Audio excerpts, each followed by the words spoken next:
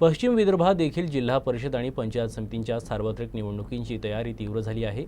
अमरावती, अकोला, वाशिम, बुलढाणा आणि यवतमाळ या 5 जिल्ह्यांमध्ये प्रभाग रचनेबाबत 145हून अधिक हरकती दाखल करण्यात आल्या आहेत।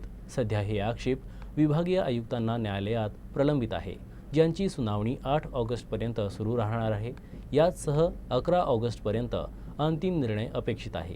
8 ऑगस्टपर्यंत जिल्हानिहाय सुनावण्या होणार असून 11 ऑगस्टला अंतिम निर्णय अपेक्षित आहे। 28 जुलै रोजी जिल्हाधिकाऱ्यांनी आक्षेपांसह आपापले प्रस्ताव विभागीय आयुक्तांकडे सादर केले आहेत। त्यानुसार 18 ऑगस्टला अंतिम प्रभाग रचना राज्य निवडणूक आयुक्तांकडे पाठवण्यात येणार आहे। यानंतर आरक्षण सोडत मतदार यादीतील सुधारणा याची प्रक्रिया पार पडल्यानंतर सप्टेंबर महिन्यात सार्वत्रिक निवडणुका जाहीर होण्याची शक्यता आहे। जिल्हा परिषदेचे गट व पंचायत समिती गणासंदर्भात 14 जुलै रोजी जिल्हाधिकारी यांनी प्रारूप प्रभाग रचना प्रसिद्ध केली होती। यामध्ये सर्वाधिक लोकसंख्या असलेल्या गावाचे नाव त्या गणाला व गटाला देण्यात आले आहे। यामध्ये अमरावती जिल्ह्यात 59, अकोल्यामध्ये 52, वाशिम 52, बुलढाणा 61 व यवतमाळ जिल्ह्यात 62 गट निश्चित करण्यात आले आहेत।